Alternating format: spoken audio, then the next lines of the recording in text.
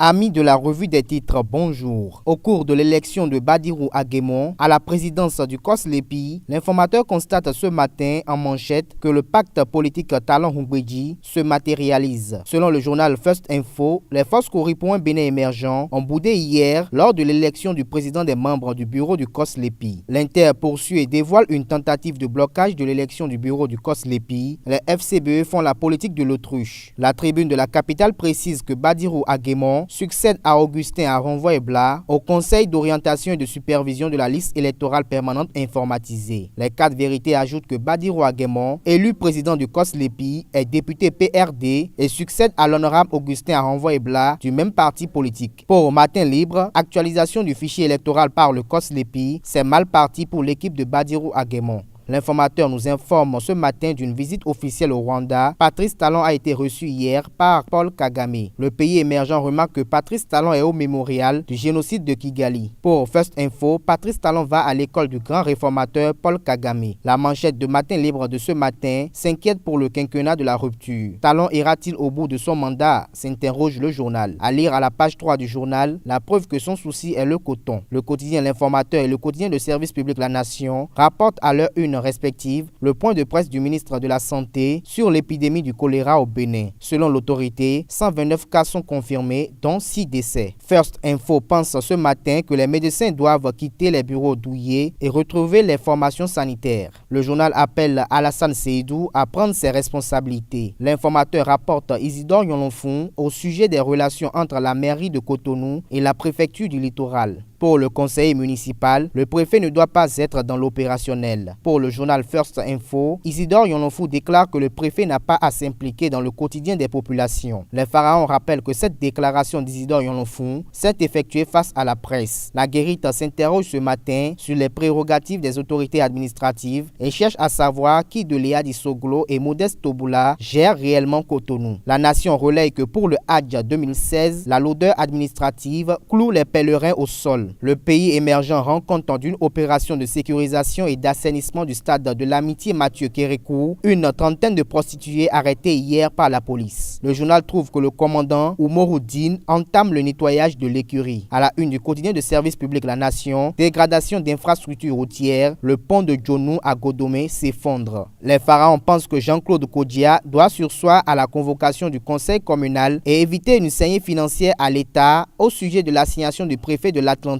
dans la crise à la mairie d'Alada. Le pays émergent évoque ce jour les préparatifs du match Mali-Bénin prévu pour le 4 septembre. Le journal trouve qu'il est d'une nécessité pour le ministre Oswald Omeki de régler les petits détails relatifs aux primes des joueurs et les arriérés de salaire de l'entraîneur au risque d'être comptable de l'échec. La manchette de ce matin du journal Les 4 vérités renseigne sur les explications du directeur de l'Agence nationale de l'aviation civile ANAC sur le passage de Boniaï au rôle client de l'aéroport de Cotonou dimanche dernier. L'Inter nous apprend que concernant la présidentielle au Gabon, l'Union européenne complique les choses. La Guérite renchérit et fait savoir que Jean Ping revendique la victoire avant les résultats officiels. À la page 12 de sa parution du jour, le quotidien Les Pharaons fait le point de la participation de la CEDEAO aux travaux à Nairobi lors de la 6e conférence internationale de Tokyo sur le développement de l'Afrique. Parlant de l'espace CEDEAO, Matin Libre pense que la libre circulation des personnes et des biens est une pure incantation. 6e tournoi international des zones ouest et centre de tir à l'arc, l'informateur apporte à la une l'information selon laquelle les hostilités démarrent ce jour.